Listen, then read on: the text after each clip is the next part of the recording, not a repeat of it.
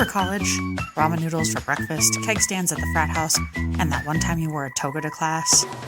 Sleep came easy and hangovers were the worst of our worries. We'll be digging through our college days when our knees didn't hurt and we could bend down to tie our own shoes without any help. Then we'll crash land back in reality, where you know your social calendar features more doctor's appointments than happy hours. This will be a hilarious, unflinching look at the journey from dorm room debauchery to derm filler diplomacy. We'll be chatting with friends whose stories are as legendary as they are relatable. We'll laugh, we'll cry, maybe even apply some face cream together. Getting older might come with many inconveniences, but it also comes with the wisdom, wit, and freedom to tell it like it is. This is Hot Flashbacks. I won't talk like that, I promise. My normal voice. Okay, that's fine. I didn't bring you on here because your voice is like so cool or anything, so. That's good to know. I brought you on here because you're old. Welcome to Hot Flashbacks. I am here today with my, I guess you'd be like my... I'm your aunt. Aunt? We just call it aunt? Okay. Yeah. I'm your aunt. I'm here today with Aunt Chris. Do you want to introduce yourself to our audience here? Well, sure. My name is Chris Kundal. I've known Molly, how many years now? Gosh. Seven, I want to say. 7. Yeah. I absolutely adore Molly. That's why I brought her on.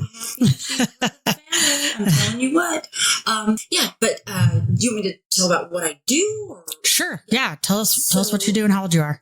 I am 59 years old, born in October, so probably like 59 and ish, some. I am an escrow officer. I close real estate transactions. If you buy or sell a house or refinance, you meet with me and I sign the papers. I don't do your loan or anything, but I get the opportunity to meet a lot of people, and I truly love what I do. I absolutely love it. I've done it for 35 years, I think. I've been doing this. Wow. Yeah, I love it. I absolutely do. So your birthday's in October, and you're going to hit the big 6-0. 6-0. How does that feel? You know what? I honestly have never, when it comes to my age, I've never really given it much thought. Truly. There's times people say, how old are you? I don't know. You know what? It's not something that's always been on my mind of, age. So 60, I don't really think about it. It's not daunting to me. I think if I did take a minute and think about it, yeah, I might be scared and think, I'm so old. But, no time to be scared. No. Yeah. As you get older, I think, you quit caring so much about what people think about you, and you kind of... That is one of the nice things, right? Yeah. As you age, you just don't have as many you-know-whats to give. Exactly. Yeah. And it's not in an ugly way. It's just more kind of an acceptance. You know what? I'm all right. Yeah. I'm okay with who I am. And if somebody doesn't like who I am or what I'm about, I don't have to take it so terribly personally. Yeah. And I just, you live your life. I think one of the things I have enjoyed about aging is realizing that not everyone's going to like me, and I can be okay with that. Right. I know when I was younger, I felt a lot of pressure. The pressure I probably put on myself to be liked by everyone. And then later I realized, and I think there's some quote that I can't think of right now, but it's something about if you have a personality, basically, there are going to be some people who don't like you. And so embracing that and being able to say, you know what, it's okay. I'm not everybody's cup of tea, and I don't like everybody either. Exactly. And that's kind of freeing. There are people that are going to absolutely adore you and whose lives you make better and you enrich just by being in it, myself included. Right. I love that you are in my life. Thank you. And I mean that. Yeah. I mean that sincerely. We enhance some people's lives. Right. And vice versa, and sometimes we don't. So that's okay. Cool. Well, I thought it'd be cool if we could talk about, I don't know if cool is the right word. I thought it would be interesting if we could talk a little bit about finance. I think one of the things that happens as you age is the way you spend money and what you spend money on and how you think about your future changes, right? Yeah. So when I throw back to my 20s and I think about the things I chose to spend money on and the money I had to spend, or at least the money I thought I had to spend versus the way I view things now. And my wife, Alex, always jokes about bills because it's like her favorite thing to get the bills and get them paid. Oh. And then to have no money again is the life of an adult, right? I couldn't agree more. I love paying bills. Yeah. It's like, yay, I'm doing my part. Yep. Yeah, it's a good feeling. Satisfying. And then you get paid and it's payday and you're excited and you pay your bills and you have no money again. And that's just the cycle of life. Yeah. When you get a little bit smarter about how you spend your money, Right. or how you don't spend your money, and then you can see your savings account get bigger. Yeah. You go, oh, thank goodness. And that safety net just gets a little more solid. It's a good feeling. It is. Yeah. I mean, yeah. When you think back to being in your 20s, can you think of any, I know that feels like forever ago, right? No. Like what I spent my money on? Yeah. You could ask my dad. Okay, so he was on a first name basis with the UPS delivery guy because I bought so much stuff. It was mainly clothes. And it was, I don't know if some of our listeners out there, your listeners, I should say, remember the Spiegel catalog. I loved that thing. Then they sold everything. So it was like the original Amazon. Oh, okay. It was mail order. Yeah. Okay. Yeah, absolutely. Okay. It was seriously the original Amazon. And I ordered clothes and sunglasses and shoes and you name it. I ordered it. And they allowed you to send stuff back for free. And so it was really easy. I was too busy in my 20s, hanging out with my friends, going out and doing things, going to the gym, doing all these fun things. I didn't have time to go shopping. That's what I did. And literally, the poor UPS man came to our house almost every day of the week. And because he was delivering things, picking stuff up, it became the biggest. It was so funny. But I got myself in trouble financially. Yeah. And thank goodness for my dad. He loaned me money to get out of it. And I remember, I think it was like $1,200. And that was did you have a credit card at the time or a Spiegel credit card? Oh, yeah. Okay. I got. You were all in. Oh, I was the best customer I've ever seen. Yeah. They apparently didn't have enough customers like you, or they wouldn't have gone out of business. Yeah. Exactly. Yeah. Because I did stop. I did stop. Once I realized, when you look at your finances and you go, I am in trouble. Mm-hmm. And it didn't take long for me to get in trouble. And I talked to my dad. Thank goodness, he's understanding. And someone you can trust. And absolutely. And all I wanted to do was help. I had to help myself too. Yeah. So he loaned me the money and we set up a payment plan.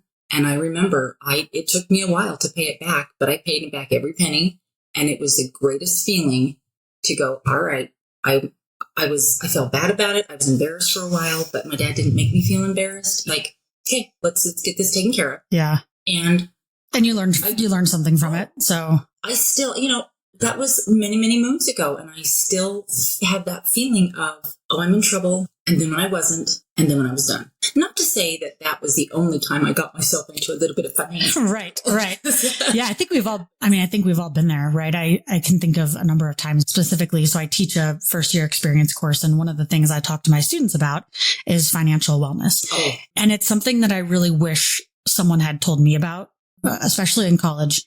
And it's possible that my parents did and I didn't listen to them because I think that's right. That's sort of what happens and who you take your advice from and who you're listening to at that age generally isn't your parents, even though maybe it should be. And so I don't remember, knowing these things, but I got a credit card because I wanted to go on a spring break trip. And when I reflect on this trip with my best friends, we said, we're going to go to Cancun. None of us have money. In the Union one day on the campus, they had like Capital One there and you could sign up and get a credit card. And so we did. We signed up and got a credit card and I got 0% interest, for 6 months or something. And I thought, okay, this is great. I'm going to do that. When I look back and reflect, I don't actually know how we got signed up for this trip to Cancun because there wasn't really the internet as we know it now at that time.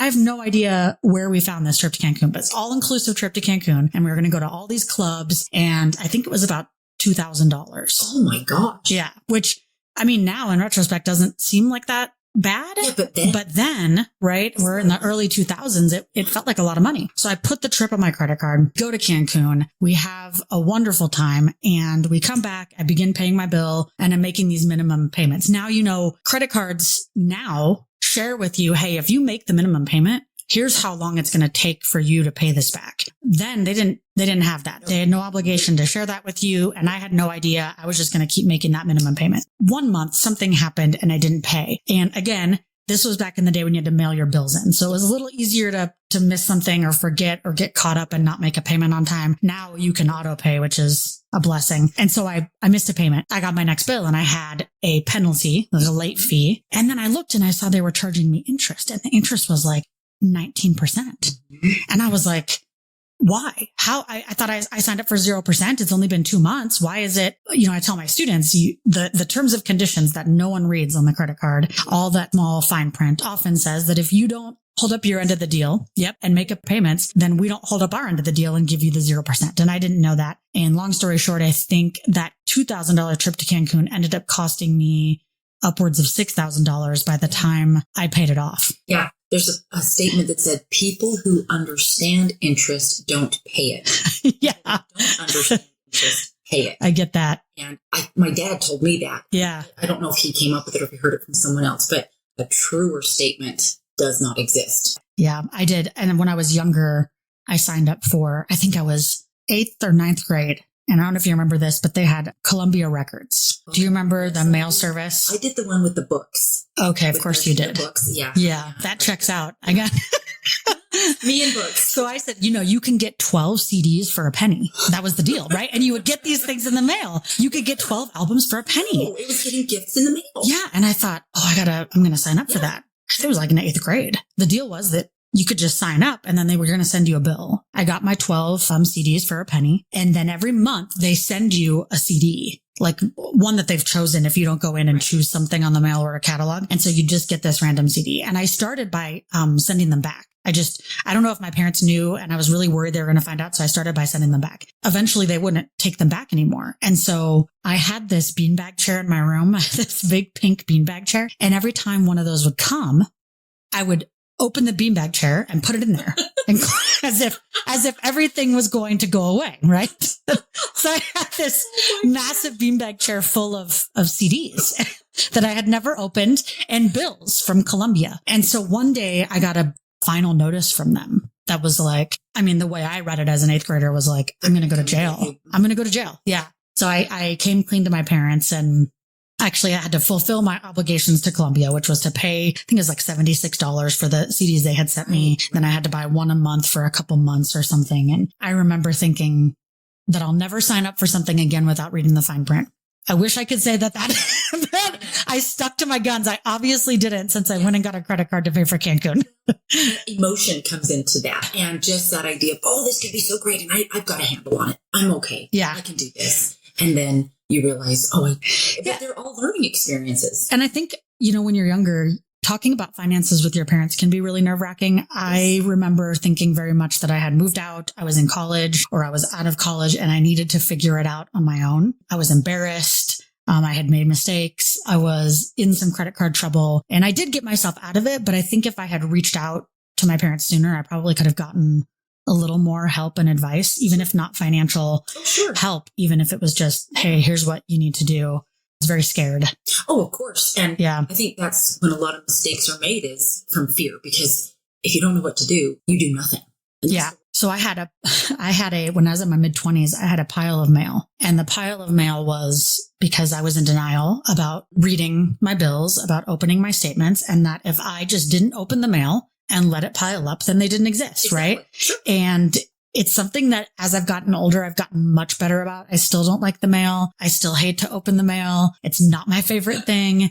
But at one point in my life, in my late 20s, I recognized that I can't keep a pile of bills and be a successful, happy person. Right. And that denial, every time I looked at it, was triggering. It brought on stress and anxiety. And as long as I didn't look at it, it didn't exist. What I had learned over time was you have to deal with these things head on, because otherwise it gets worse, and it builds and it builds, and it sits in the back of your mind. It's causing you stress, and it's causing you anxiety. And it's like the ocean. It will come, and if you turn your back on it, you're sunk. Yeah. And I talk to my students even now about preparing for retirement and things. And since you are 59, soon to be the big 60, it would make sense that this is at least something you've thought about. Oh, I think about it a lot, because I work at a company. Just recently, they closed the doors. The owner decided to retire at the end of 2023, and he closed the doors. Worked for this company for 13, 14 years. It seems like I wanted to be there forever, because it was such a great situation. Worked with my best friend. I've known these people forever. We were a small business, and they didn't have benefits like that. No retirement account, nothing like that. And did I do anything on my own? No, I did not. So how old were you when you started working there? So it's about 14 years ago. So I can't do math in my head. Give me a phone. Okay. So like 46. 46. Okay. I had worked at companies before where we had retirement accounts, things like that. Yeah. Life things happen, and I cashed it out to take care of other things. Was it a smart idea? Probably not, but at the time, it was what you needed to do. Yeah. Absolutely. Yeah. I have no retirement. Don't have anything. I've got Social Security. Well, that. But they've been saying who knows if it's going to exist since I was in junior high. So I'm banking on that will just keep riding until I need it, but We'll see. The fingers are There's nothing you can do, right? You're paying for it. And yeah, we have to pay into it. Great. But we know it's not enough to live off of. No, not at all. So I have thought about this quite a bit. Do I have a solution yet? No, I do not. My friend and I, we've actually talked about this. My best friend that I work with, we work together now again. We've talked about this kind of stuff, and I won't say what we've come up with. Did you come up with OnlyFans or fans only? What's it called? Is that what you came up with? No, it's something. I'm not going to say it because you can. We're in that realm. Yeah. Either high paid or low paid hoes. Yeah. I mean, listen, there are times in my life where I've thought, why am I not a stripper? I know that there are so many downsides and there are so many things psychologically that can make that damaging for folks. But there are times in my life where I've thought I could use that cold hard cash and you can make really good money. The question is, can you get into it, stay safe and get out of it with your mental health and physical health where you need them to be? People. Absolutely. Absolutely. And I think pay that they receive probably doesn't reflect what they give up to have that lifestyle, right? That you have to lead. So I knew someone actually, I worked with her years and years ago, and she did that to help support her child. Mm-hmm. Yeah. And she had been... No shame in that game. No, not at all. Yeah. But she had lingering issues because of it. She did what she needed to do, would have done it again, but she had... Be damaging. It harmed her. It hurt her as well as helped her at the same time. Yeah. So, and all I could do is say, good for you for doing what you needed to do for your child. I mean, sometimes we're faced with no other options. Yeah. So what have you and your friend come up with besides being hoes? What's the market for a 60-year-old hoe, by the way? There is none. Okay. And that's the thing. So that's why we went, we could be high paid hoes. Oh, wait a minute. We can't. Yeah. Nope. I guarantee you there's a clientele out there who likes an older woman. But then I'm sure it's like a whole field of fetish. I'm sure. Yeah. We're not willing to go. Yeah. And that's, again, what are you willing to give up? Yeah. Right. Nothing. I'll talk to my dad and say, hey, help me. Circle back to dad. I have no solution. That is really challenging because planning for retirement is something, and I tell my students this, it's something you should start doing when you're 20. And and as the habit is $10 a month to $50 a month to $75 a month. And I talk to them about when you're looking at your first job right out of college, you're looking for your first career move. Ask about retirement and consider that money in your pocket. You won't see it right away. You won't be able to touch it. But between a job that offers you $45,000 and no retirement and a job that offers you $38,000 and a retirement contribution, to the extent that you can take that lower pay, right? Because at the end of the day, cold hard cash pays bills, right? And money in retirement doesn't pay medical bills, right? But to the extent that you can take that job and begin that process or let your employer begin that process for you, you should. And I show them this graph of what it looks like when someone starts contributing to their retirement at 20 versus when someone starts contributing to their retirement at 40. So smart. Yeah. And the difference is shocking. It is. And so I know I started young. I got my first job working in higher education, as I still work in now, and have an account with TIAA-CREF that I've had, at every institution I've worked at. And I haven't put in as much money as I know I should, but I know my employer is contributing a good amount, and I know that I contribute. Every time I get a raise, I say to myself, I should put some of this money into retirement. And I think I've only done it a few times. I've actually upped how much I contribute every month over time. It's not as much as I want to be. And it's hard because once you start receiving a paycheck, you learn how to live on that, right? You get very comfortable. Yeah. When the thought is, well, I'll just cut Netflix and I'll, cut A, B, or C in order to contribute to my retirement, it can be hard, especially when you begin to have kids, because families can be expensive. All of a sudden your kids are gone and you're 40 realizing, I haven't done what I wanted to do. And we all know Social Security is not enough to live off of. Correct. Would you say that you're scared? There are times, yes. If I give into it and I think about it, I do have that sense of fear that kind of washes over me. And I just think, oh, what am I going to do? Because I don't want to. I'm going to share some. My fear is, what if I end up homeless? I want that to happen. Right. And that's a legitimate concern. Yeah. I think my fear, and I'm not quite as ancient as you are. I'm not quite as old as you, although I look like I could be as old as you. So you look great for 60, by the way. You're very nice. Is that I don't want to be a burden to my children. Absolutely. And that is I've talked about this on previous episodes when it comes to where you live as you get older and when you need care, and whether or not that's a fair responsibility to expect of your children. And everybody has different, perspectives. Right. Because I didn't plan, because I chose to take trips with my kids, do this or that, I don't want to put a burden on them to feel like they have to care for me. At the same time, if I needed that, I hope that that's what would happen, right? But I don't know how that would feel. How would you feel when you think about your sons maybe being the people who help you? Well, I'm going to kind of back up and say this. When my mom was ill, because she passed away about 7 years ago, so she left our family when you kind of came into it. I look at it now as a gift, an absolute gift. She was on hospice, and I would come up and spend the weekends with her care.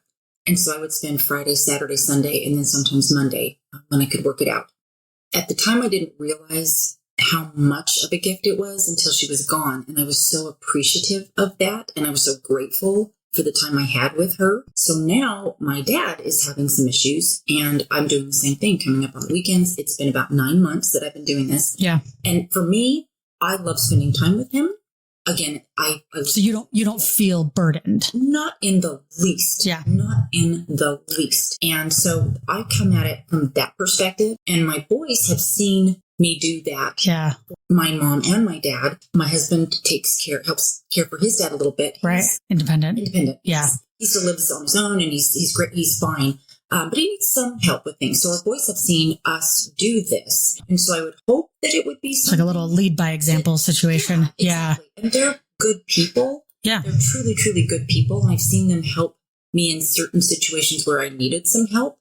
And it's like, can you help me? Yep. What do you need? Yep. It's your relationship with them is solid enough that completely you probably don't want them to have to do that. You know that if you needed it, they would do that for you. Right. And yeah. From my perspective, how I perceive helping my parents, so I can see it from that angle. And then I know my dad has said how appreciative he is. Yeah. That I give, my sister gives, my husband gives.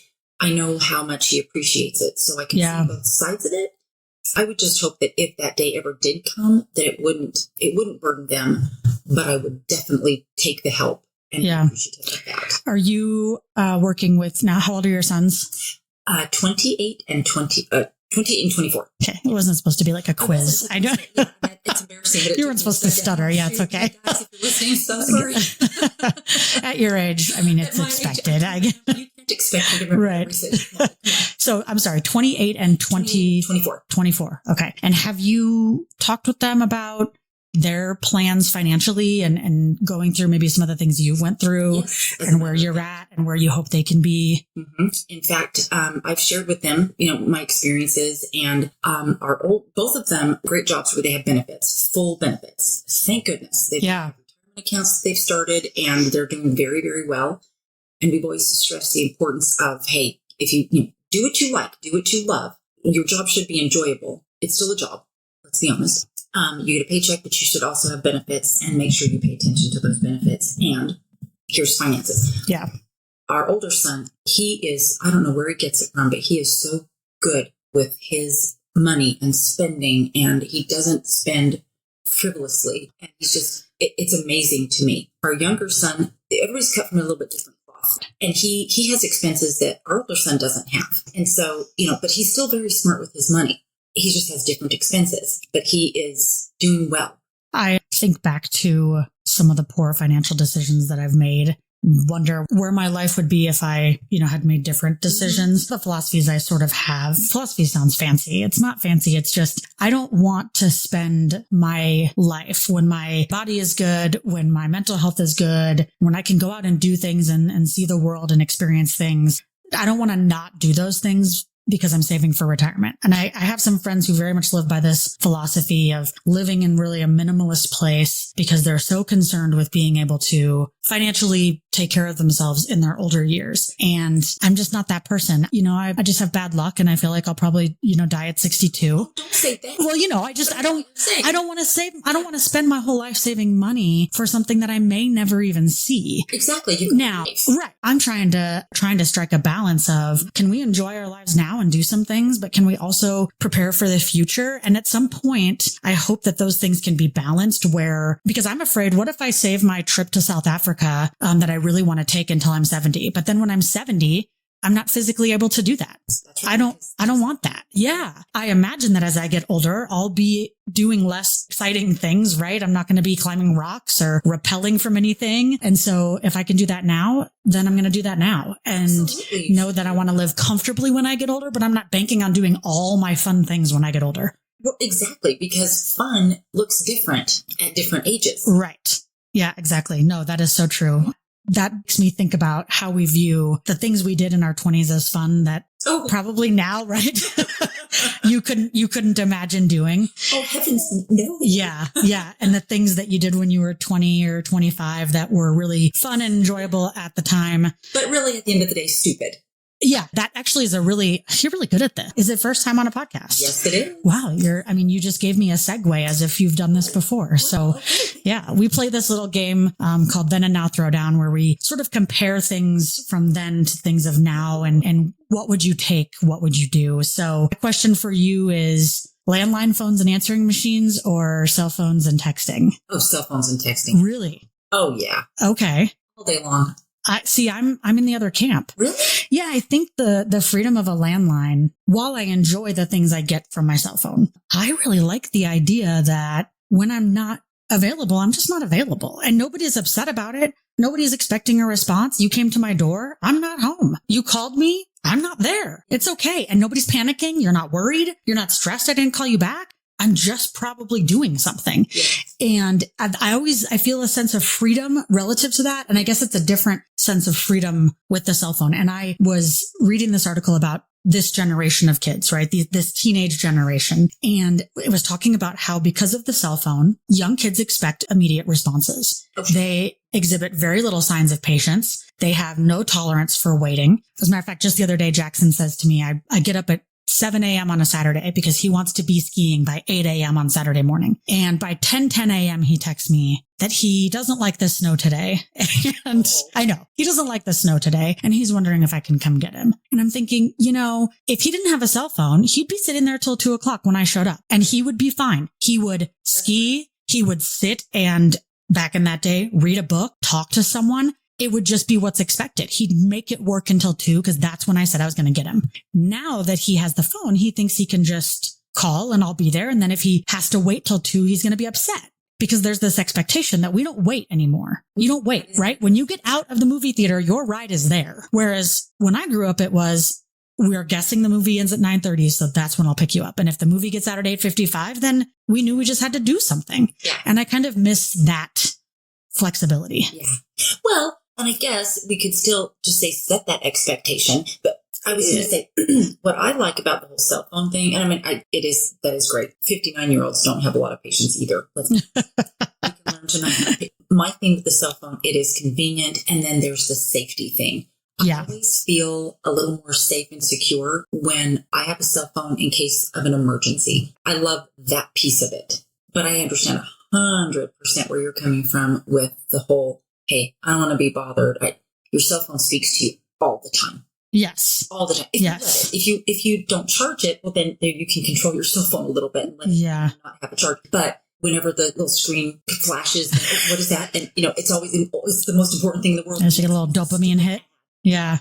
And for that, that is a pain. So there's good and bad on either sides of that. But for me, that whole security of, okay, if I need to find my kids, if I need to know they're safe, you appreciate that. That's where my peace of mind comes in. Yeah. Well, how do you feel about the change in movies? So renting movies, going to the video store, or streaming and have movies on demand?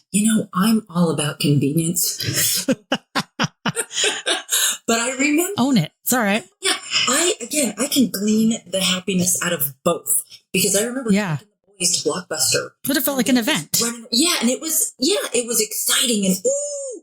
And we were there for 10 minutes and and then, sometimes the movie you want isn't there or then. That would be a bummer. And it's here. Yeah. It's so exciting. So I miss that, but I think I miss the kids being young. You know what I mean? Okay. Because you have those, and not events, but those things that you do and those outings and going to the video store. That was a big deal. Well, and then if you rented the movie, you were all going to watch it. Exactly. Right. And when things are on demand and you can stream them, it feels like you can make time for it whenever. Yeah. But when I've spent $5.25 at Hollywood Video and I picked up some red vines and we all agreed on it, we're going to, it's an event. Yeah. Yeah. I miss that. I think this generation is going to miss out on a lot of those kinds of experiences. Sure. And I will say another one that I think of is going to the record store or going to look at CDs and tapes and records and previewing them, because you used to have the headphones and you could put them on and listen to the CD a little that they were promoting versus having whatever music you want at the snap of your fingers whenever you want it. Does it lose value? Right. And does the movie experience of sitting at home streaming something lose value because it's just so easy and available versus going to the store? And I think music, I saved up first I spent all my money at Columbia Records and I had a lot of Boys to Men CDs. Why wouldn't you? And, but now it's like a new record comes out. Oh, I'll tell my Alexa, she'll play it for me right now. I love that. But I think I miss the experience of the album. Well, what's great is you got that experience. Your kids aren't going to have that experience. Yeah. That's kind of sad. And they don't have anything to compare it to though, maybe, right? So, when you don't know what you're missing. Exactly. It was part of our growing up. Mm-hmm. Can I tell you, so you may not think this is anything, but I remember years ago, we lived in South Jordan and this is probably 25 years ago. It was before Apple Music, before anything. Yeah. I got a phone call one day and it was a survey. And they were asking about how would you feel if you could get songs through a cell phone? It was about this very thing. Okay. What would you pay for that? And I remember saying, "Oh, but I'd pay $1 for a song." I remember they were asking, they were just gathering information about this, and then trying to see if it would be something that catch on, right? All of this, and songs are $1 on iTunes. They must have listened to you. They must have. I think that was the pivotal one that said, I probably tipped them right over the edge. Going, okay, she said yes.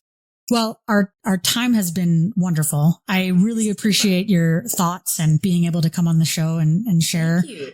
I'm hoping, the hope is to validate some of these experiences for folks who listen. And I think being middle age and aging can be difficult. We talk about puberty and adolescence a lot.